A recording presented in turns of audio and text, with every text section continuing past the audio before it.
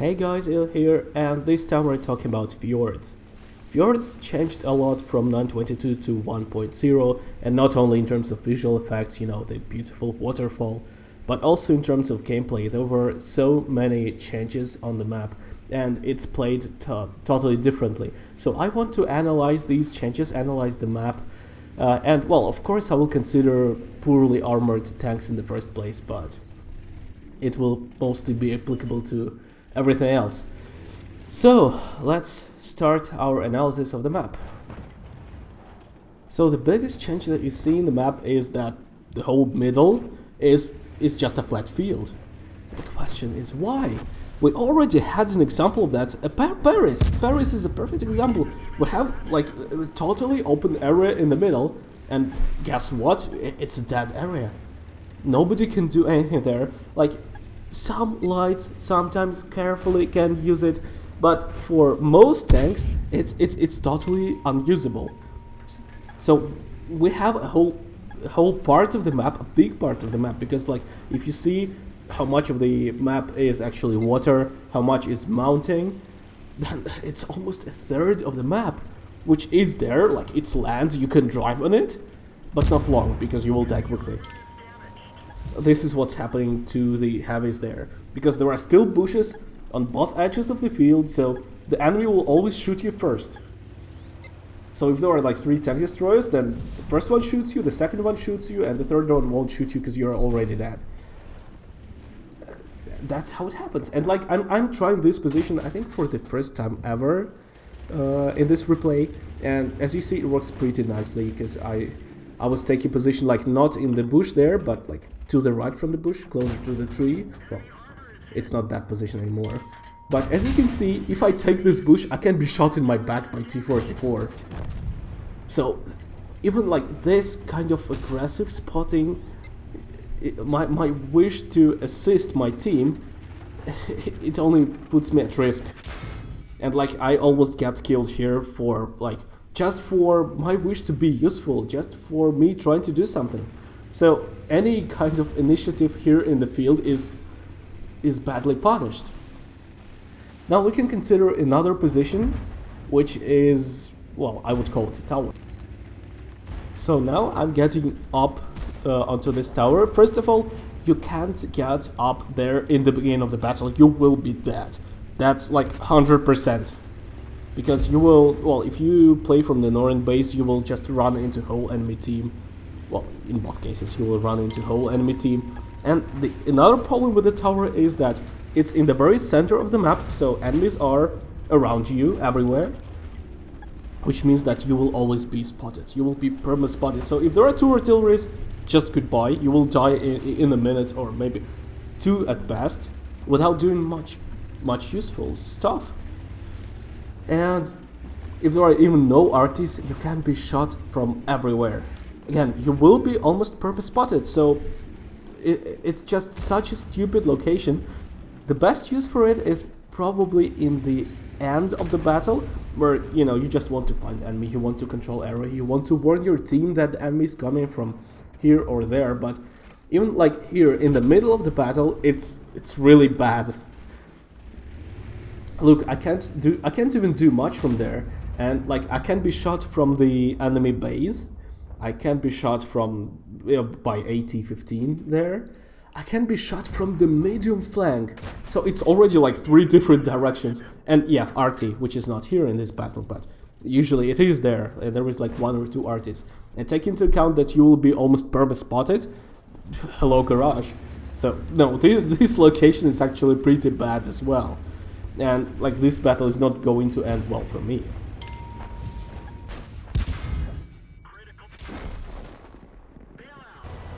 Another map from the same base, and we're going to see something very similar.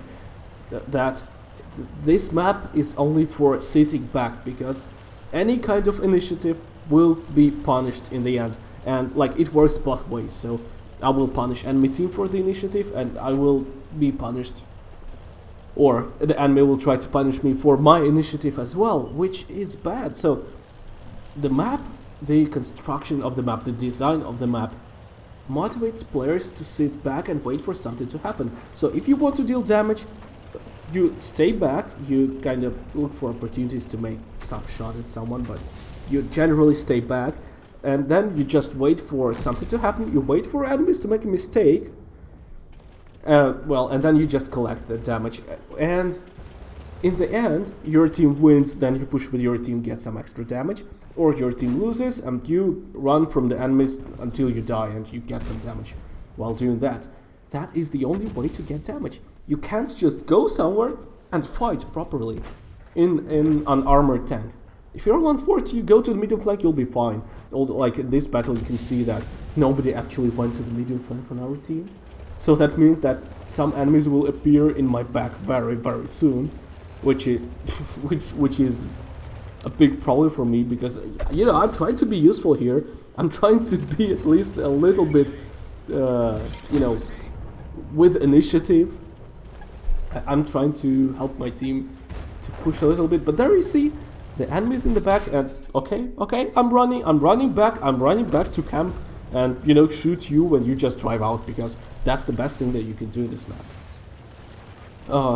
Another little defensive, of course, location, because there are no attacking locations here, is in this area around this boulder, because you can use bushes there to fire first, which is always a big advantage. If you can fire first, you can shoot and hide, and you deal damage for free.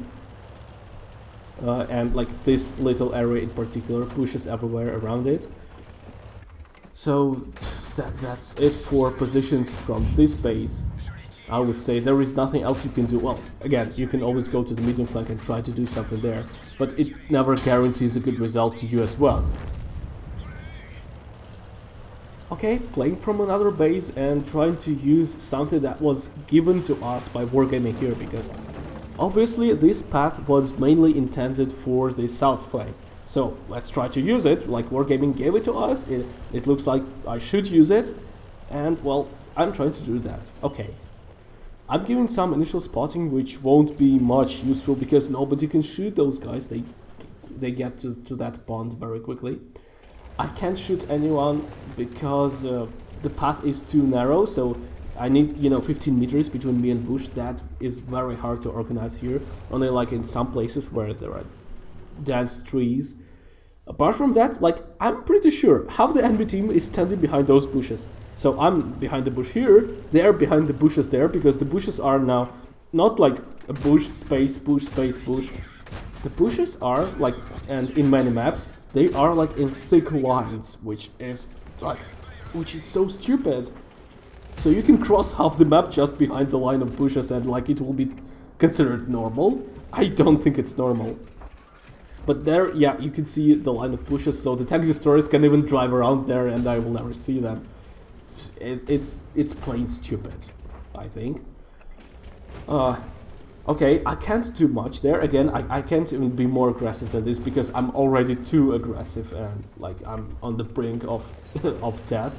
Luckily, there is a rock right next to me, so I can try to use it as a cover if I get spotted, which will probably happen soon, because I'm starting to shoot at the enemy, and okay, the tiger doesn't see me. Oh, this guy did, or some other tank destroyer in the bushes. And you see what happens? There was a whole 3 seconds before I saw that I was spotted, so in that time I could be hit by 2 or 3 tank destroyers if they were pre-aimed. And there is also one artillery, which luckily doesn't focus me this time. But, it could shoot me very easily, because this rock doesn't cover me a single bit. It can just put a high explosive onto my head, and again, hello garage. Here I can't even fall back enough to shoot while unspotted, so I'm taking a huge risk right now. I have been spotted here before, so they know that I'm here. And I was also standing and unloading while being visible. SU-152, one high explosive, I'm dead. It will kill me in one shot. That's it. So I'm counting on my luck here. There is nothing smart in using this bush. There is no skill involved. I'm counting here on my luck, because there is nothing else you can count on if you want to have at least a little bit of initiative in this map. But the risk comes with dying sometimes, which which you would want to avoid. So if you want to avoid dying stupidly, like I could die here a few times, and like I can die stupidly again right now if SU-152 shoots me, then you should only stay back.